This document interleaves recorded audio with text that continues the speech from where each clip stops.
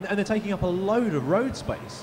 And when those cars get to their destination, the guy's going to climb, or gal, is going to climb out of that car, lock it up and walk away from it. And it could be sitting there for a day, for 2 days. It could be sitting there for weeks and taking up space on the road as well.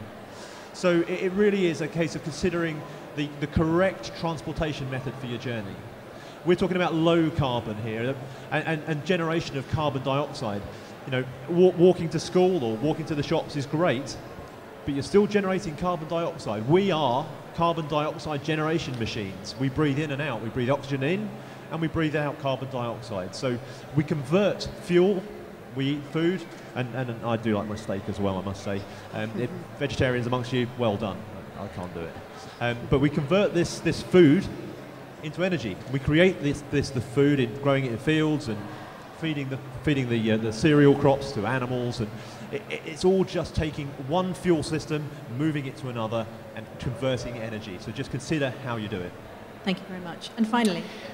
Well, being invited to offer a nugget, I'm going to go off a slight tangent. It's picking up on a point that I can't remember, it may have been Rick mentioned earlier on, which is embedded energy in building vehicles. And I think it actually has a policy dimension in that we live in a world where companies are rewarded for selling products, cars. And if you do that, you are directly benefit from building cars that are expensive as possible, as short-lived as possible, owners to keep them as short a time as possible, as high maintenance and as unreliable as possible, because all of that makes you more money. And that is, apart from being completely opposed to the interests of the consumer, it's actually a reward for maximizing resource churn. If, on the other hand, companies were to lease the vehicle to customers, they'd have an interest directly in it being as cheap as possible, as low maintenance and reliable as possible, the customer to keep it as long as possible, and even when the customer's fed up with it, the car to last as long as possible, because they would lease it to a second-hand customer. They'd even have an interest in it being as energy efficient as possible, because when the customer fills up with hydrogen, for instance, the bill would go to the manufacturer.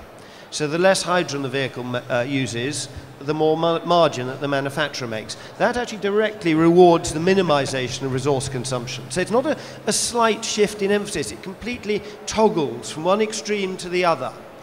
And I think it's such a profound point, and it's something that governments can get involved in encouraging, that I honestly don't believe we can have a sustainable industrial society that is based on the sale of product.